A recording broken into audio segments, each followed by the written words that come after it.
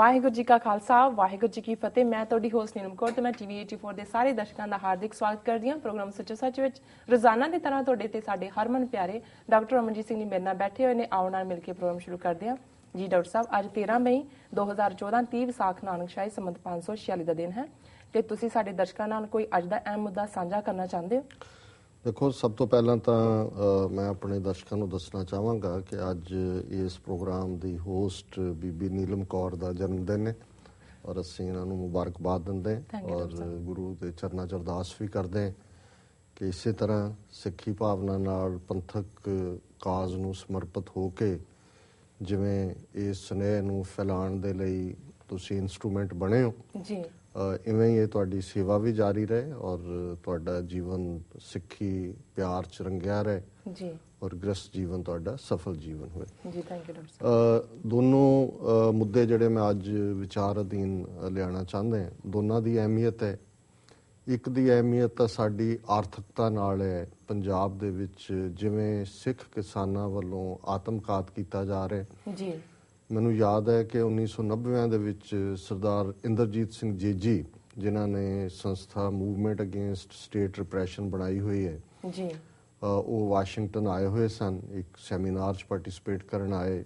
ਸਾਡੇ ਗ੍ਰਹਿ ਵੀ ਉਹ ਆਏ ਕਿਉਂਕਿ ਅਸੀਂ ਇੱਕ ਇਕੱਠ ਰੱਖਿਆ ਸੀ ਨੌਜਵਾਨਾਂ ਦਾ ਉੱਥੇ ਜੀ ਜੀ, ਕਿਉਂਕਿ ਉਦੋਂ ਉਹਨਾਂ ਦੀ ਪੁਸਤਕ ਜਿਹੜੀ ਹੈ ਇੱਕ ਜੈਨੋਸਾਈਡ, ਸਿੱਖ ਜੈਨੋਸਾਈਡ ਬੜੀ ਪ੍ਰਚਲਿਤ ਸੀ ਅੰਗਰੇਜ਼ੀ ਔਰ ਪੰਜਾਬੀ 'ਚ, ਹੁਣ ਉਹ ਅਵੇਲੇਬਲ ਹੈ ਜੀ। ਔਰ ਉਦੋਂ ਅਜੇ ਜੈਨੋਸਾਈਡ ਸ਼ਬਦ ਇੰਨਾ ਕਾਮਨ ਨਹੀਂ ਸੀ ਵਰਤਿਆ ਜਾਂਦਾ, ਮੈਸੈਕਰ ਸੀ ਜਾਂ ਘੱਲੂਘਾਰਾ ਵਰਤਿਆ ਜਾਂਦਾ ਸੀ। ਸੋ ਉਹਨਾਂ ਨੇ ਬਹੁਤ ਪਹਿਲਾਂ ਜਿਹੜਾ ਉਹ ਸਿੱਖ ਜੈਨੋਸਾਈਡ ਸ਼ਬਦ ਨੂੰ ਆਪਣੀ ਲਿਖਤ ਦੇ ਵਿੱਚ ਵੀ ਲਿਆਂਦਾ, ਆਪਣੀਆਂ ਸਪੀਚਸ ਦੇ ਵਿੱਚ ਵੀ ਉਹ ਲਿਆਂਦੇ ਸੀ ਜੀ। ਉਹਨਾਂ ਦਿਨਾਂ 'ਚ ਔਰ ਉਸ ਇਕੱਠ ਦੇ ਵਿੱਚ ਉਹਨਾਂ ਨੇ ਇਹ ਕਿਹਾ ਕਿ ਇੱਕ ਬਹੁਤ ਵੱਡੀ ਗਿਣਤੀ ਦੇ ਵਿੱਚ ਸਾਡੀ ਇੱਕ ਤਾਂ ਪੁਲਿਸ ਐਲੀਮੀਨੇਟ ਕਰ ਰਹੀ ਹੈ ਨੌਜਵਾਨਾਂ ਨੂੰ ਝੂਠੇ ਪੁਲਿਸ ਮੁਕਾਬਲਿਆਂ 'ਚ ਜੀ। ਉਹਨਾਂ ਨੇ ਕਿਹਾ ਕਿ ਮੇਰਾ ਸੰਬੰਧ ਜ਼ਿਲ੍ਹਾ ਸੰਗਰੂਰ ਨਾਲ ਹੈ ਔਰ ਉਹਨਾਂ ਨੇ ਉਦੋਂ ਅਜੇ ਇੱਕ ਇਨੀਸ਼ੀਅਲ ਸਟੱਡੀ ਕੀਤੀ ਸੀ ਜਿਹਦੇ ਤੇ ਉਹਨਾਂ ਨੇ ਕੁਛ ਰਾਈਟ ਅਪ ਵੀ ਲਿਆਂਦਾ ਸੀ ਕਿ ਇਕੱਲੇ ਜ਼ਿਲ੍ਹਾ ਸੰਗਰੂਰ ਦੇ ਵਿੱਚ ਹੀ ਉਹਨਾਂ ਨੇ ਕਾਫੀ ਸੈਂਕੜਿਆਂ ਦੇ ਵਿੱਚ ਫਿਗਰ ਦਿੱਤੀ ਸੀ ਕਿ ਪਿਛਲੇ ਇੰਨੇ ਸਾਲਾਂ 'ਚ ਜਿਹੜਾ ਉਹ ਕਿਸਾਨਾਂ ਨੇ, ਸਿੱਖ ਕਿਸਾਨਾਂ ਨੇ, ਕਿਉਂਕਿ ਕਿਸਾਨੀ 'ਚ ਜ਼ਿਆਦਾ ਸਿੱਖ ਨੇ 90% ਤੋਂ ਜ਼ਿਆਦਾ ਪੰਜਾਬ 'ਚ ਜੀ, ਕਿ ਉਹਨਾਂ ਨੇ ਆਤਮਘਾਤ ਕੀਤਾ ਹੈ। ਕਿਉਂਕਿ ਇਸ ਕਦਰ ਜਿਹੜੀਆਂ ਐਗਰੀਕਲਚਰ ਪਾਲਿਸੀਜ਼ ਨੇ ਗੌਰਮੈਂਟ ਦੀਆਂ ਉਹ ਹਾਵੀ ਹੋ ਰਹੀਆਂ ਨੇ ਕਿਸਾਨਾਂ ਦੇ ਉੱਤੇ। ਜਿਹੜੇ ਕਰਜ਼ੇ ਉਹ ਲੈਂਦੇ ਨੇ, ਬੈਂਕ ਉਹਨਾਂ ਦੀ ਜ਼ਮੀਨ ਲਿਖ ਲੈਂਦੇ ਨੇ, ਸ਼ਾਹੂਕਾਰਾਂ ਤੋਂ ਵੀ ਅਜੇ ਵੀ 35-40% ਤਾਂ ਸ਼ਾਹੂਕਾਰ ਹੀ ਜਿਹੜੇ ਨੇ ਮਨੀ ਲੈਂਡ ਕਰਦੇ ਨੇ ਔਰ ਅਖੀਰ ਉਹ ਕਿਸ਼ਤਾਂ ਪੇ ਨਹੀਂ ਕਰ ਸਕਦੇ ਕਰਜ਼ੇ ਦੀਆਂ। ਕਾਰਨ ਇਹੀ ਹੈ ਕਿ ਜਿੰਨੀ ਇਨਪੁੱਟ ਹੈ ਤੁਹਾਡੀ ਪੈਸੇ ਲੱਗਦੇ ਨੇ, ਉਹਨਾਂ ਜਦੋਂ ਤੁਸੀਂ ਆਪੋਜ਼ਿਟ ਦੇਖਦੇ ਹੋ ਉਹਦੀ ਆਊਟਪੁੱਟ ਭਾਅ ਸਰਕਾਰ ਨੀਅਤ ਕਰਦੀ ਹੈ। ਸੋ ਉਹ ਤਾਂ ਈਵਨ ਸਾਲਾਨਾ ਤੁਹਾਡੀ ਜਿੰਨਾ ਕਿ ਇਨਪੁੱਟ ਹੈ ਉਹਦੇ ਬਰਾਬਰ ਵੀ ਰਿਟਰਨ ਨਹੀਂ ਹੈ। ਔਰ ਖ਼ਾਸ ਤੌਰ 'ਤੇ ਸਮੱਸਿਆ ਜਿਹੜੀ 5 ਏਕੜ ਤੋਂ ਘੱਟ ਜ਼ਮੀਨ ਵਾਲਿਆਂ ਨੇ ਉਹਨਾਂ ਨੂੰ ਹੋਰ ਵੀ ਜ਼ਿਆਦਾ ਹੈ ਜੀ। ਔਰ ਉਹਨਾਂ ਨੇ ਜਦੋਂ ਇਸ ਬਾਰੇ ਲਿਖਿਆ, ਸ਼ਾਇਦ ਕਦੀ ਅਖਬਾਰ ਨੇ, ਟ੍ਰਿਬਿਊਨ ਨੇ ਜਾਂ ਕਿਸੇ ਨੇ ਇੱਕ ਰਾਈਟ ਅਪ ਛਾਪ ਵੀ ਦਿੱਤਾ ਹੈ ਔਰ ਉਸ ਤੋਂ ਬਹੁਤ ਫੌਰਨ ਬਾਅਦ 2-3 ਹਫ਼ਤੇ ਬਾਅਦ ਇੰਡੀਆ ਟੁਡੇ, ਹੁਣ ਤਾਂ ਉਹਦੀ ਕੋਈ ਬਹੁਤੀ ਵੈਲਿਊ ਨਹੀਂ ਹੈ ਕਿਉਂਕਿ ਆਊਟਲੁੱਕ ਹੋਰ ਕਈ ਮੈਗਜ਼ੀਨਸ ਆ ਗਈਆਂ, ਪਰ ਉਦੋਂ ਇੰਡੀਆ ਟੁਡੇ ਦੀ ਬੜੀ ਵੈਲਿਊ ਸੀ ਜੀ। ਸੋ ਉਹ ਇਹਨਾਂ ਨੇ ਲੇਖ ਲਿਖਿਆ ਵੇਰਵੇ ਨਾਲ ਕਿ ਕਿਵੇਂ ਪੰਜਾਬ ਦੇ ਵਿੱਚ ਸਿੱਖ ਕਿਸਾਨ ਆਰਥਿਕ ਤੰਗੀ ਕਰਕੇ ਜਿਹੜੇ ਨੇ ਉਹ ਆਤਮਘਾਤ ਕਰਨ ਤੇ ਮਜਬੂਰ ਨੇ। ਸੋ 2-3 ਹਫ਼ਤੇ ਬਾਅਦ ਇੰਡੀਆ ਟੁਡੇ ਨੇ ਇੱਕ ਬੜੀ ਗਲੇਜ਼ਡ, ਕਿਉਂਕਿ ਪੇਪਰ ਸੀ ਉਹ, ਫਰੰਟ ਪੇਜ ਸਟੋਰੀ ਕਿ ਕਿਵੇਂ ਸਿੱਖ ਫਾਰਮਰ ਖੁਸ਼ਹਾਲ ਨੇ। ਉਹਨਾਂ ਨੇ ਨਕੋਦਰ ਏਰੀਏ ਦੇ ਜਾਂ ਦੂਜੇ ਜਿੱਥੇ ਥੋੜ੍ਹੇ ਬਹੁਤ ਵੱਡੇ ਫਾਰਮਾਂ ਵਾਲੇ ਸੀ ਉਹਦੇ 'ਚ ਸਿੱਖ ਕਿਸਾਨ ਜਿਹਨੇ ਜੀਨਸ ਪਾਈਆਂ ਹੋਈਆਂ, ਕੁੜੀਆਂ ਉਹਨਾਂ ਉਹਦੀਆਂ ਵਾਈਵਸ ਉਹਨਾਂ ਨੇ ਵੀ ਜੀਨਸ ਪਾਈਆਂ, ਗੋਗਲਸ ਲਾਏ ਹੋਏ ਨੇ ਔਰ ਉਹ ਟਰੈਕਟਰਾਂ 'ਤੇ ਬੈਠੇ, ਤੇ ਉਹ ਦਿਖਾ ਕੇ ਕੀਤਾ ਵੀ ਇਹ ਬਿਲਕੁਲ ਗਲਤ ਹੈ ਕਿ ਕੋਈ ਇਸ ਕਿਸਮ ਦਾ ਹੋ ਰਿਹਾ। ਇਹ ਤਾਂ ਸਿੱਖ ਤਾਂ ਇੰਨੇ ਕੁ ਖੁਸ਼ਹਾਲ ਨੇ ਕਿ ਵੀ ਇਹ ਤਾਂ ਕੈਨੇਡਾ ਅਮਰੀਕਾ ਦਾ ਮੁਕਾਬਲਾ ਕਰਦੇ ਨੇ ਇੱਥੋਂ ਦੇ ਫਾਰਮਰਸ ਜੀ। ਸੋ ਕਾਫੀ ਦੇਰ ਗੌਰਮੈਂਟ ਵੀ ਡਿਨਾਇਲ 'ਚ ਰਹੀ। ਜਦੋਂ ਇਹ ਗੱਲ ਰੁਝਾਨ ਹੋਰ ਵਧਣਾ ਸ਼ੁਰੂ ਹੋਇਆ, ਖਬਰਾਂ ਆਉਣ ਲੱਗ ਗਈਆਂ 2000 ਤੱਕ ਪਹੁੰਚਦੇ ਆ, ਫਿਰ ਹੌਲੀ ਹੌਲੀ ਹੋਇਆ ਕਿ ਜੀ ਨਹੀਂ ਇੰਨਾ ਮੁਆਵਜ਼ਾ ਦਿੱਤਾ ਜਾਏਗਾ, ਲੱਖ ਰੁਪਈਆ ਦਿੱਤਾ ਜਾਏਗਾ, 50 ਉਹਨਾਂ ਨੇ ਮੰਨਣਾ ਸ਼ੁਰੂ ਕਰ ਦਿੱਤਾ ਹੈ ਕਿ ਇਹ ਹੈ। ਫਿਰ ਜਿਹੜੇ ਉਹਨਾਂ ਨੇ ਇਸ ਕਿਸਮ ਦੇ ਸਿਸਟਮ ਨੂੰ ਜਿਹੜਾ ਉਹ ਨੈਗੇਟ ਕਰਨ ਦੇ ਲਈ, ਜਿੱਥੇ ਸੱਚ ਬਾਹਰ ਆ ਰਿਹਾ ਹੋਏ ਰੱਖੇ ਹੁੰਦੇ ਨੇ, ਉਹਨਾਂ ਨੇ ਕਹਾਣੀਆਂ ਲਿਖਣੀਆਂ ਸ਼ੁਰੂ ਕਰਤੀਆਂ ਕਿ ਜੀ ਇਹ ਦਿਖਾਵਾ ਬੜਾ ਆ ਗਿਆ, ਵਿਆਹਾਂ ਤੇ 50 ਲੱਖ ਲਾ ਦਿੰਦੇ ਨੇ, ਇਹ ਸਿੱਖ ਜਿਹੜੇ ਨੇ ਦਾਰੂ ਦੇ ਬੜੇ ਸ਼ੌਕੀਨ ਨੇ, ਇਹ ਦਿਖਾਵੇ ਦੇ ਬੜੇ ਸ਼ੌਕੀਨ ਨੇ, ਆਸ਼ੀ 'ਚ ਪੈ ਗਏ, ਇਸ ਲਈ ਹੈ, ਇਹ ਕੋਈ ਗੱਲ ਨਹੀਂ ਹੈ ਕਿ ਜੀ ਇਨਪੁਟ ਆਊਟਪੁੱਟ ਦਾ ਝਗੜਾ ਹੈ ਜਾਂ ਜ਼ਮੀਨਾਂ 'ਚੋਂ ਆਮਦਨ ਨਹੀਂ ਹੋ ਰਹੀ, ਉਹਦੇ ਥੱਲੇ ਕ੍ਰਸ਼ ਕਰਨਾ ਸ਼ੁਰੂ ਕਰ ਦਿੱਤਾ ਜੀ। ਹੁਣ ਲੈਵਲ ਇਹ ਹੋ ਗਿਆ, ਜੇ ਪਿਛਲੇ 2 ਦਿਨ ਪਹਿਲਾਂ ਹੀ ਜਿਹੜਾ ਹੈ ਹੋਰ ਸਿੱਖ ਕਿਸਾਨਾਂ ਨੇ ਆਤਮਘਾਤ ਕੀਤਾ, ਹਫ਼ਤਾ ਪਹਿਲਾਂ ਹੋਰ ਖਬਰਾਂ ਸੀ। ਹੁਣ ਜਿਉਂ-ਜਿਉਂ ਇਹ ਖਬਰਾਂ ਬਾਹਰ ਆਈਆਂ ਨੇ, ਹੁਣ ਪੰਜਾਬ ਸਰਕਾਰ, ਔਰ ਅਫਸੋਸ ਇਸ ਗੱਲ ਦਾ ਹੈ ਵੀ ਇਹ ਜਿਹੜਾ ਉਹਨਾਂ ਦੇ ਦੁਸ਼ਮਣ ਦੀ ਕੁਹਾੜੀ ਦਾ ਦਸਤਾ, ਜਿਹੜਾ 5ਵੀਂ ਵਾਰ ਪੰਜਾਬ ਦਾ ਮੁੱਖ ਮੰਤਰੀ ਬਣਿਆ, ਜਿਹੜਾ ਕਿਸਾਨ ਬੈਕਗਰਾਊਂਡ ਚੋਂ ਹੈ, ਬੇਸ਼ਰਮ ਬੇਹਯਾ ਆਦਮੀ, ਇਸ ਨੇ ਵੀ ਕੋਈ ਕੰਕਰੀਟ ਯਤਨ ਨਹੀਂ ਕੀਤਾ। ਹਾਲਾਂਕਿ ਜਦੋਂ ਗਵਰਨਮੈਂਟ, ਸੈਂਟਰਲ ਗਵਰਨਮੈਂਟ ਦੇ, ਇਹ ਨਹੀਂ ਹੈ ਵੀ ਇਕੱਲੇ ਪੰਜਾਬ 'ਚ ਸਿੱਖ ਕਿਸਾਨ ਕਰ ਰਹੇ ਨੇ, ਮਹਾਰਾਸ਼ਟਰ ਦਾ ਵਿਦਰਭਾ ਰੀਜਨ ਹੈ, ਕੇਰਲ ਹੈ, ਆ ਗੁਜਰਾਤ ਜਿਹਦਾ ਇਹਨੂੰ ਬੜਾ ਗੁੱਡਾ ਬੰਨਿਆ ਕਿ ਜੀ ਗੁਜਰਾਤ ਦੇ ਵਿੱਚ ਨਰਿੰਦਰ ਮੋਦੀ ਨੇ ਪਤਾ ਨਹੀਂ ਸਵਰਗ ਨੂੰ ਧਰਤੀ ਤੇ ਲੈ ਆਂਦਾ। ਤੁਸੀਂ ਗੁਜਰਾਤ ਦੀਆਂ ਦੇ ਫਿਗਰਸ ਵੀ ਦੇਖ ਲਓ, ਉਹਦੇ 'ਚ ਵੀ ਕਿਸਾਨ ਆਤਮਘਾਤ ਕਰਦੇ ਨੇ। ਸੋ ਪ੍ਰੋਗਰੈਸ ਕਿਹੜੇ ਪਾਸਿਓਂ ਹੈ? ਪਰ ਪੰਜਾਬ, ਕਿਉਂਕਿ ਆਲਰੇਡੀ ਪੰਜਾਬ ਦੇ ਵਿੱਚ ਨਾ ਕੋਈ ਇੰਡਸਟਰੀ ਰਹੀ, ਨਾ ਕੋਈ ਨਵੀਂ ਲੱਗਦੀ ਹੈ, ਬਹੁਤਾ ਧਰਮਦਾਰ ਹੀ ਕਿਸਾਨੀ ਤੇ ਹੈ, ਜ਼ਮੀਨਾਂ ਅੱਗੋਂ ਡਿਵਾਈਡ ਹੋ ਰਹੀਆਂ, ਜ਼ਮੀਨ ਉਨੀ ਕੀ ਹੈ, ਬੱਚੇ ਅੱਗੋਂ ਨੇ, ਡਿਵਾਈਡ ਹੁੰਦੀ ਹੈ ਜੀ। ਸੋ ਇੱਥੇ ਵਰਸਟ ਹਾਲਤ ਹੈ ਜਿਹਨੂੰ ਮੀਡੀਆ ਵੀ ਇਗਨੋਰ ਕਰਦਾ ਰਿਹਾ, ਸਰਕਾਰ ਨੇ ਵੀ ਐਕਨੋਲੇਜ ਨਹੀਂ ਕੀਤਾ। ਔਰ ਹੁਣ ਜਦੋਂ ਸੁਸਾਈਡਸ ਦੀ ਗਿਣਤੀ ਬਹੁਤ ਵੱਧ ਰਹੀ ਹੈ, ਤੇ ਹੁਣ ਜਿਹੜੀ ਖਬਰ 2 ਦਿਨ ਪਹਿਲਾਂ ਹੈ ਕਿ ਵੀ ਪੰਜਾਬ ਸਰਕਾਰ ਨੇ ਇੱਕ ਨਵੀਂ ਫਾਰਮ ਪਾਲਿਸੀ ਬਣਾਈ ਹੈ, ਔਰ ਕਾਹਨ ਸਿੰਘ ਪੰਨੂ ਇਸ ਵੇਲੇ ਸੈਕਟਰੀ ਐਗਰੀਕਲਚਰ ਨੇ, ਉਹਨਾਂ ਨੇ ਇਹ ਜਿਹੜੀ ਇੱਕ ਕਮੇਟੀ ਫਾਰਮ ਕੀਤੀ ਹੈ ਕਿ ਅਗਸਤ ਦੇ ਐਂਡ ਤੱਕ ਜਿਹੜਾ ਅਸੀਂ ਪਾਲਿਸੀ ਡਰਾਫਟ ਬਣਾਵਾਂਗੇ। ਔਰ ਉਹਦੇ 'ਚ ਉਹਨਾਂ ਦਾ ਜਿਹੜਾ ਕਹਿਣਾ ਹੈ ਕਿ ਵੀ I have already started studying the policies framed by other state governments such as Andhra Pradesh in this regard, ਕਿ ਜੀ ਆਂਧਰਾ ਪ੍ਰਦੇਸ਼ ਜਿੱਥੇ ਬਹੁਤ ਸੁਸਾਈਡ ਹੋਣੇ, ਉਹਨਾਂ ਦੀਆਂ ਕੀ ਨੀਤੀਆਂ ਨੇ, ਅਸੀਂ ਹੁਣ ਤੁਸੀਂ ਪੜ੍ਹਨਾ ਸ਼ੁਰੂ ਕੀਤਾ ਹੈ 20 ਸਾਲ ਤੋਂ। ਔਰ ਇੰਦਰਜੀਤ ਸਿੰਘ ਜੇਜੀ ਨੇ 1990 ਦੇ ਵਿੱਚ, ਜਦੋਂ ਇੱਕ ਪਾਸੇ ਨਸਲਕੁਸ਼ੀ ਚੱਲ ਰਹੀ ਸੀ 93-94 'ਚ, ਉਹਨਾਂ ਨੇ ਇਕੱਲੇ ਇੱਕ ਜ਼ਿਲ੍ਹੇ ਦੀਆਂ, ਸੰਗਰੂਰ ਜ਼ਿਲ੍ਹੇ ਦੀਆਂ ਫਿਗਰਸ ਦੇ ਦਿੱਤੀਆਂ ਸੀ ਕਿ ਇੰਨੇ ਸੁਸਾਈਡ ਹੋਏ ਨੇ ਔਰ ਹੋ ਰਹੇ ਨੇ, ਔਰ ਪੰਜਾਬ 'ਚ ਇਹ ਹੋਏਗਾ। ਔਰ ਇਹ ਹੁਣ ਜਿਹੜਾ 25 ਸਾਲ ਬਾਅਦ, 20-22 ਸਾਲ ਬਾਅਦ ਇਹ ਸਟੱਡੀ ਕਰ ਰਹੇ ਨੇ ਕਿ ਜੀ ਕੀ ਹੈ ਆਂਧਰਾ ਪ੍ਰਦੇਸ਼ ਦਾ ਔਰ ਦੂਜਾ। ਔਰ ਹੁਣ ਇਹਨਾਂ ਨੇ ਐਡਮਿਟ ਕੀਤਾ ਹੈ ਕਿ ਉਹਨਾਂ ਨੇ ਕਿਹਾ ਜੀ the committee will talk with the movement against state repression and various farmer organisations before finalising the draft in 10 years, ਹੁਣ ਇਹ ਇਹਦੀ ਫਿਗਰ ਹੈ, as many as 6,900 to 26 farmers and farm laborers committed suicide in the state. Almost 7,000 figure ਬਣ ਗਏ, 6,926। ਇਹ ਹੁਣ ਕਾਹਨ ਸਿੰਘ ਪੰਨੂ ਮੰਨ ਰਿਹਾ ਸੈਕਟਰੀ ਸਟੇਟ ਕਿ ਇਹ 2000 ਤੋਂ 2010 ਤੱਕ ਇਹ ਉਹ ਨੇ ਜਿਹੜੇ ਰਿਪੋਰਟ ਹੋਏ ਨੇ, ਇਸ ਤੋਂ 3 ਗੁਣਾ ਨੇ ਜਿਹੜੇ ਰਿਪੋਰਟ ਨਹੀਂ ਹੁੰਦੇ। ਉਹਦਾ ਕਾਰਨ ਇਹ ਹੈ ਕਿ ਜਦੋਂ ਕੋਈ ਸੁਸਾਈਡ ਕਰਦਾ ਹੈ, ਉੱਥੋਂ ਦੇ ਕਾਨੂੰਨ ਦੇ ਵਿੱਚ ਇਹ ਅਪਰਾਧ ਹੈ ਜੀ, ਔਰ ਉਹਦੇ ਖਿਲਾਫ ਕੇਸ ਰਜਿਸਟਰ ਹੁੰਦਾ ਹੈ। ਜੇ ਬੰਦੇ ਨੇ ਪੀ ਲਈ ਦਵਾਈ, ਪੀ ਕੇ ਮਰ ਗਿਆ, ਜਾਂ ਪੈਸਟੀਸਾਈਡ ਹੈ, ਜਾਂ ਹੈਂਗ ਕਰ ਲਿਆ, ਘਰ ਦੇ ਉਹਨੂੰ ਨਾਰਮਲ ਡੈਥ ਬਣਾ ਕੇ ਜੀ ਬਿਮਾਰ ਸੀ ਜੀ, ਖਾਉ ਕਰਦਾ ਸੀ ਜੀ, ਫਲਾਣਾ ਕਰਦਾ ਸੀ ਜੀ, ਉਹਨੂੰ ਉਹ ਕਰ ਦਿੰਦੇ ਨੇ ਤਾਂ ਕਿ ਪੁਲਿਸ, ਇੱਕ ਪਾਸੇ ਤਾਂ ਬੰਦਾ ਚਲਾ ਗਿਆ, ਦੂਜੇ ਪਾਸੇ ਤਰੀਕਾਂ ਭੁਗਤੋ ਜਾ ਕੇ ਪੁਲਿਸ ਦੇ ਕੇ ਜੀ ਆਤਮਘਾਤ ਕਿਉਂ ਕੀਤਾ, ਕਿਹਨੇ ਕੀਤਾ, ਮੁੜ ਕੇ ਬਾਕੀਆਂ ਨੂੰ ਲਪੇਟਦੇ ਫਿਰਦੇ ਨੇ ਨਾਲ ਵੀ ਤੁਸੀਂ ਜਿਹੜਾ ਉਹਦੇ 'ਚ ਮਦਦ ਕੀਤੀ ਹੋਏ। ਕਿਉਂਕਿ ਆਤਮਘਾਤ ਕਰਨਾ ਔਰ ਆਤਮਘਾਤ 'ਚ ਮਦਦ ਕਰਨੀ ਜਿਹੜਾ ਉਹਨੂੰ, ਉਹ ਵੀ ਉਸ ਜੁਰਮ ਦੇ ਥੱਲੇ ਆਉਂਦਾ।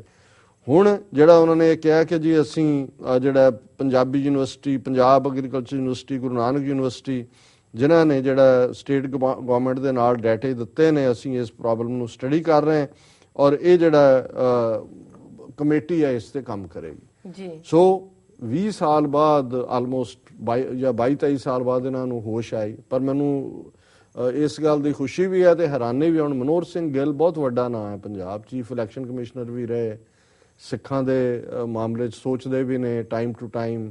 ਹੁਣ ਉਹਨਾਂ ਦਾ ਅੱਜ ਟੈਲੀਫੋਨਿਕ ਇੰਟਰਵਿਊ ਟ੍ਰਿਬਿਊਨ ਦੇ ਵਿੱਚ ਛਪਿਆ ਹੋਇਆ ਜੀ, ਉਹਨਾਂ ਬਿਲਕੁਲ ਠੀਕ ਐਨਾਲਿਸਿਸ ਕੀਤਾ। ਉਹਨਾਂ ਨੇ ਕਿਹਾ ਜੀ ਇਹ ਕਮੇਟੀ ਬਣਾ ਦਿੱਤੀ ਹੈ, ਕੋਈ ਦਾ ਕੋਈ ਫਾਇਦਾ ਨਹੀਂ ਹੋਣਾ। ਉਹਨਾਂ ਨੇ ਕਿਹਾ ਵੀ ਜੇ ਕੋਈ ਦਾ ਸੋਲੂਸ਼ਨ ਹੈ, ਬਹੁਤ ਘੱਟ ਲੋਕਾਂ ਨੂੰ ਪਤਾ ਹੈ, ਪੁਰਾਣੀ ਜਨਰੇਸ਼ਨ ਤਾਂ ਉਹਨੂੰ ਯਾਦ ਕਰਦੇ ਸੀ ਕਿ ਹਰਿਆਣੇ ਦਾ ਜਾਟ ਲੀਡਰ ਹੋਇਆ ਹੈ ਸਰ ਛੋਟੂ ਰਾਮ ਜੀ, ਔਰ 1930 'ਚ ਉਹ ਯੂਨੀਅਨਿਸਟ ਪਾਰਟੀ ਦੀ ਸਰਕਾਰ ਬਣੀ ਪੰਜਾਬ, ਜਿਹਦੇ 'ਚ ਅਕਾਲੀ ਵੀ ਸੀ, ਕਾਂਗਰਸੀ ਵੀ ਸੀ, ਯੂਨੀਅਨਿਸਟ ਪਾਰਟੀ ਵੀ ਸੀ। ਉਹਦੇ 'ਚ ਉਹ ਐਗਰੀਕਲਚਰ ਮਿਨਿਸਟਰ ਸੀ ਜੀ ਜੀ, ਔਰ ਐਗਰੀਕਲਚਰ ਮਿਨਿਸਟਰ ਹੋਣ ਦੇ ਵੇਲੇ ਉਹਨੇ ਰਿਫਾਰਮ ਕੀਤਾ ਲੈਂਡ ਦਾ, ਔਰ ਉਹਨੇ ਲਾਅ ਪਾਸ ਕਰਵਾਇਆ ਸੀ। ਉਦੋਂ ਕੀ ਹੁੰਦਾ ਸੀ, ਉਦੋਂ ਵੀ ਜਿਹੜੇ ਬਾਣੀਏ ਨੇ ਕਈ ਗੁਣਾ ਜਿਹੜੇ ਨੇ ਉਹਦੇ ਤੇ ਲਾ ਕੇ ਤਾਂ ਕਰਜ਼ਾ ਦਿੰਦੇ ਸੀ, ਜ਼ੀਰੋ ਨਾਲ ਲਾਈ ਜਾਂਦੇ ਸੀ। ਕਈ ਪੁਸ਼ਤਾਂ ਜਿਹੜਾ ਜੱਟ ਹੈ ਕਿਸਾਨ ਹੈ ਉਹ ਕਰਜ਼ਾ ਅਦਾ ਕਰਦਾ ਰਹਿੰਦਾ ਸੀ, ਪਰ ਉਸ ਤੋਂ ਵੱਧ ਜਿਹੜਾ ਹੈ ਉਸ ਦਾ ਮੂਲ ਬਣਦਾ ਜਾਂਦਾ ਸੀ, ਕਿਉਂਕਿ ਉਹ ਤਾਂ ਕਹਿੰਦਾ ਤੂੰ ਤਾਂ ਸੂਦ ਦੇ ਰਿਹਾ ਜੀ, ਤੇ ਫਿਰ ਉਹਦੀ ਜ਼ਮੀਨ ਜਿਹੜੀ ਆ ਉਹ ਹਥਿਆ ਲੈਂਦੇ ਸੀ, ਉਹਨਾਂ ਨੂੰ ਬੇਜ਼ਮੀਨੇ ਕਰ ਦਿੰਦੇ ਸੀ। ਸੋ ਸਰ ਛੋਟੂ ਰਾਮ ਨੇ ਪਾਸ ਕੀਤਾ ਸੀ ਕਿ ਵੀ ਜਿਹੜਾ ਜ਼ਮੀਨ ਵਾਹੁਣ ਵਾਲਾ ਹੈ, ਕਾਸ਼ਤਕਾਰ ਜਿਹਨੂੰ ਕਹਿੰਦੇ ਨੇ ਜੀ, ਉਹਦੀ ਜ਼ਮੀਨ ਗੈਰ ਕਾਸ਼ਤਕਾਰ ਨਹੀਂ ਲੈ ਸਕਦਾ। ਸੋ ਉਹਦੇ ਥੱਲੇ ਉਹਨੇ ਜ਼ਮੀਨਾਂ ਪਹਿਲਾਂ ਤਾਂ ਸੇਵ ਕਰ ਦਿੱਤੀਆਂ, ਔਰ ਉਹਨੂੰ ਛੋਟੂ ਰਾਮ ਨੂੰ ਬਹੁਤ ਪਿਆਰ ਕਰਦੇ ਸੀ। ਹਰਿਆਣੇ ਦਾ ਜਾਟ ਸੀ ਜੀ, ਤੇ ਉਹਨੂੰ ਭਾਵੇਂ ਸਿੱਖ ਸੀ, ਮੁਸਲਮਾਨ ਕਿਸਾਨ ਸੀ, ਅੱਜ ਵੀ ਛੋਟੂ ਰਾਮ ਦਾ ਨਾਂ ਜਿਹੜਾ ਉਹ ਕਿਸਾਨੀ ਜਗਤ ਦੇ ਵਿੱਚ ਬੜੇ ਸਤਿਕਾਰ ਨਾਲ ਲਿਆ ਜਾਂਦਾ। ਦੂਸਰਾ ਕੰਮ ਉਹਨੇ ਇਹ ਕੀਤਾ ਜਿਹਦਾ ਰੈਫਰੈਂਸ ਹੁਣ ਮਨੋਹਰ ਸਿੰਘ ਗਿੱਲ ਨੇ ਵੀ ਦਿੱਤਾ ਹੈ ਕਿ ਜੇ ਕੋਈ ਹੱਲ ਹੈ ਪੰਜਾਬ 'ਚ ਤਾਂ ਉਹਦਾ ਇਹ ਹੈ ਕਿ ਤਹਿਸੀਲ ਲੈਵਲ ਤੇ ਉਹਨਾਂ ਨੇ ਕਿਹਾ ਹੈ ਕਿ ਵੀ ਤੁਸੀਂ ਬੋਰਡ ਬਣਾਓ, ਬਿਠਾਓ, ਉਹਨਾਂ ਦੇ ਸਾਹਮਣੇ ਕਿਸਾਨ ਵੀ ਆਉਣ, ਜਿਵੇਂ ਛੋਟੂ ਰਾਮ ਨੇ ਕੀਤਾ ਸੀ, ਜਿਹੜੇ ਮਨੀ ਲੈਂਡਰ ਨੇ ਬੈਂਕ ਵੀ ਆਉਣ, ਉਹ ਦੱਸਣ ਆਪਣੀ ਕੰਡੀਸ਼ਨਸ ਕੀ ਨੇ ਜੀ, ਔਰ ਜਿੰਨਾ ਕੁ ਕਰਜ਼ਾ ਹੈ ਉਹਨੂੰ ਜਿਹੜੀ ਹੈ ਛੋਟੀਆਂ ਕਿਸ਼ਤਾਂ ਦੇ ਵਿੱਚ ਕਰ ਦਿੱਤਾ ਜਾਏ, ਲੇਕਿਨ ਜਿਹੜਾ ਉਹਦਾ ਸੋਰਸ ਆਫ ਲਾਈਵਲੀਹੁੱਡ ਹੈ ਕਿਸਾਨ ਦਾ, ਜ਼ਮੀਨ ਔਰ ਦੂਸਰੇ, ਉਹਨੂੰ ਨਾ ਹਥਿਆਇਆ ਜਾਏ। ਹੁਣ ਔਰ ਇਹ ਲਾ ਜਿਹੜੇ ਛੋਟੂ ਰਾਮ ਦੇ ਵੇੜੇ ਦੇ ਬਣੇ ਹੋਏ ਸੀ 1990 ਤੱਕ ਜਾਰੀ ਰਹੇ ਜੀ। 1990 ਚ ਇਹਨਾਂ ਨੇ ਫਿਰ ਅਮੈਂਡਮੈਂਟ ਕਰਕੇ ਕਿਹਾ ਕਿ ਜੀ ਕਿਸਾਨ ਜਿਹੜਾ ਉਹ ਜੇਲ੍ਹ 'ਚ ਵੀ ਜਾ ਸਕਦਾ। ਇਸੇ ਲਈ ਜਦੋਂ ਹੁਣ ਕਰਜ਼ਾ ਨਹੀਂ ਦਿੱਤਾ ਜਾਂਦਾ, ਬੈਂਕ ਆ ਜਾਂਦੇ ਨੇ, ਜ਼ਮੀਨ ਲਿਖੀ ਹੁੰਦੀ ਹੈ ਬੈਂਕ ਦੇ ਨਾਂ। ਦੂਸਰਾ, ਉਹਦੇ ਖਿਲਾਫ ਫਾਈਲ ਕੇਸ ਵੀ ਹੋ ਸਕਦੇ ਨੇ। ਹੁਣ ਕਈ ਬਾਣੀਏ ਜਿਹੜੇ ਨੇ ਅਦਾਲਤਾਂ 'ਚੋਂ ਲੈ ਕੇ ਆਉਂਦੇ ਨੇ ਡਿਕਰੀ ਕਿਸਾਨਾਂ ਦੇ ਖਿਲਾਫ। Seize source of livelihood.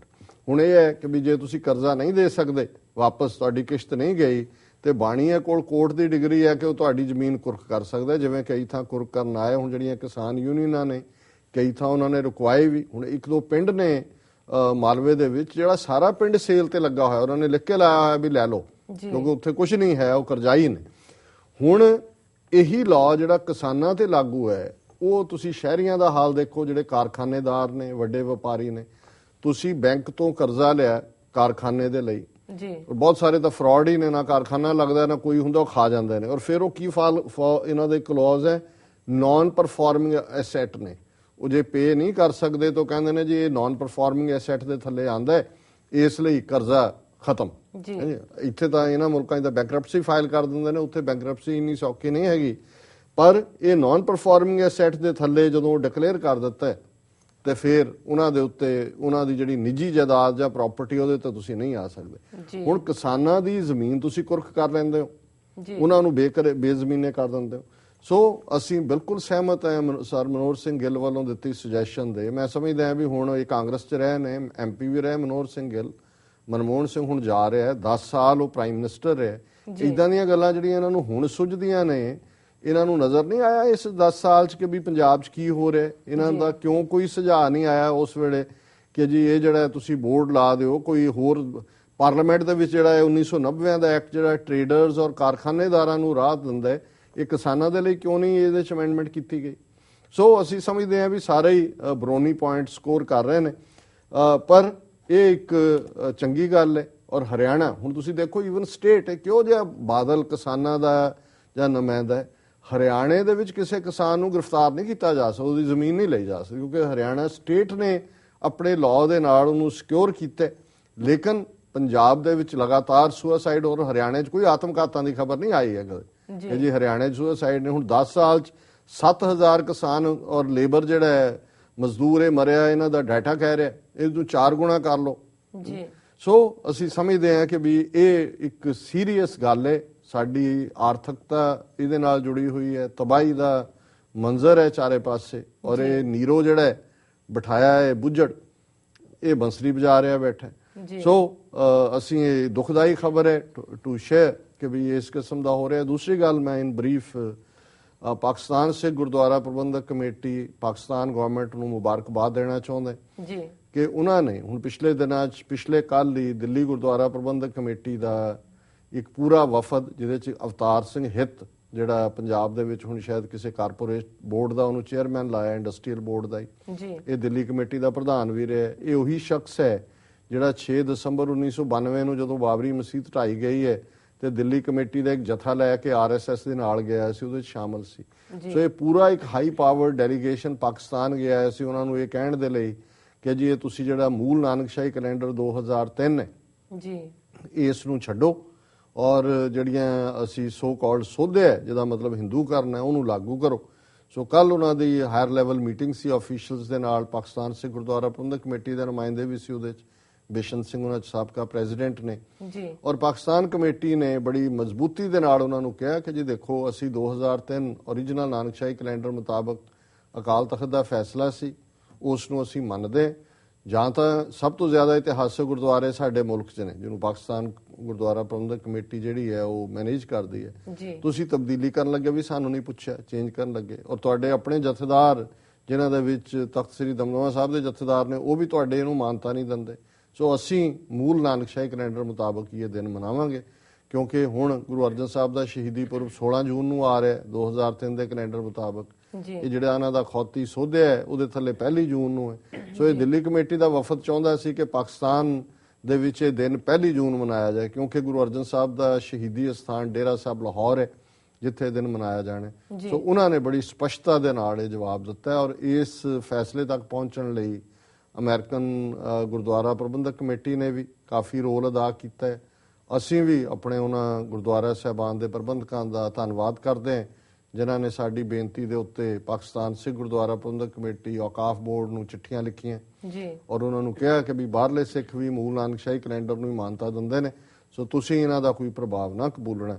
ਸੋ ਅੱਜ ਦੇ ਟੀਵੀ 84 ਨਿਊਜ਼ ਦੇ ਵਿੱਚ ਜਿੱਥੇ ਸਰ ਬਿਸ਼ਨ ਸਿੰਘ ਵੀ ਉਸ ਨਿਊਜ਼ ਸ਼ੋਅ 'ਚ ਹੋਣਗੇ ਔਰ ਉਹ ਵੇਰਵੇ ਨਾਲ ਦੱਸਣਗੇ ਵੀ ਕਿਵੇਂ ਉਸ ਮੀਟਿੰਗ ਦੇ ਵਿੱਚ ਇਹਨਾਂ ਨੇ ਕੋਸ਼ਿਸ਼ ਕੀਤੀ ਬਦਲਣ ਦੀ ਕਿ ਵੀ ਬਦਲਿਆ ਜਾਏ। ਸੋ ਅਸੀਂ ਮੁਬਾਰਕਬਾਦ ਦਿੰਦੇ ਹਾਂ ਪਾਕਿਸਤਾਨ ਦੇ ਅਧਿਕਾਰੀਆਂ ਨੂੰ ਵੀ ਔਰ ਪਾਕਿਸਤਾਨ ਸਿੱਖ ਗੁਰਦੁਆਰਾ ਪ੍ਰਬੰਧਕ ਕਮੇਟੀ ਨੂੰ ਵੀ ਕਿ ਉਹਨਾਂ ਨੇ ਘੱਟੋ ਘੱਟ ਇਸ ਮੇਜਰ ਇਤਿਹਾਸਕ ਮੌਕੇ ਨੂੰ ਜਿਹੜਾ 16 ਜੂਨ ਦਾ ਹੈ, ਉਹਨਾਂ ਨੇ ਕਿਹਾ ਵੀ ਅਸੀਂ ਜਿਹੜਾ ਅਧਿਕਾਰਤ ਤੌਰ ਦੇ ਉੱਤੇ 16 ਜੂਨ ਨੂੰ ਹੀ ਮਨਾਵਾਂਗੇ। ਬਾਕੀ ਗੁਰਦੁਆਰੇ ਖੁੱਲੇ ਨੇ, ਤੁਹਾਡੇ ਨੇ, ਸਿੱਖ ਕੌਮ ਦੇ ਨੇ। ਪਾਕਿਸਤਾਨੀ ਅਧਿਕਾਰੀਆਂ ਨੇ ਕਿਹਾ ਤੁਸੀਂ ਜਦੋਂ ਮਰਜ਼ੀ ਆਓ ਜਾਓ, ਲੇਕਿਨ ਅਸੀਂ ਜਿਹੜਾ ਇੱਥੇ ਸ਼ਹੀਦੀ ਪੁਰਬ ਗੁਰੂ ਅਰਜਨ ਸਾਹਿਬ ਦਾ 16 ਜੂਨ ਨੂੰ ਹੀ ਮਨਾਵਾਂਗੇ। ਸੋ ਅਸੀਂ ਸਭ ਨੂੰ ਮੁਬਾਰਕਬਾਦ ਦਿੰਦੇ ਹਾਂ। ਜੀ ਡਾਕਟਰ ਸਾਹਿਬ, ਤੁਹਾਡਾ ਬਹੁਤ ਬਹੁਤ ਧੰਨਵਾਦ। ਤੁਸੀਂ ਅੱਜ ਦਾ ਅਹਿਮ ਮੁੱਦਾ ਸਾਡੇ ਦਰਸ਼ਕਾਂ ਨਾਲ ਸਾਂਝਾ ਕੀਤਾ। ਇਸ ਦੇ ਨਾਲ ਲੈਂਦੇ ਹਾਂ ਬ੍ਰੇਕ। ਵਿਊਅਰਸ, ਵਿਚਾਰਾਂ ਦਾ ਸਿਲਸਿਲਾ ਇਸ ਤਰ੍ਹਾਂ ਚੱਲਦਾ ਰਹੇਗਾ। ਮਿਲਦੇ ਹਾਂ ਛੋਟੇ ਜਿਹੇ ਵਕਫੇ ਤੋਂ ਬਾਅਦ।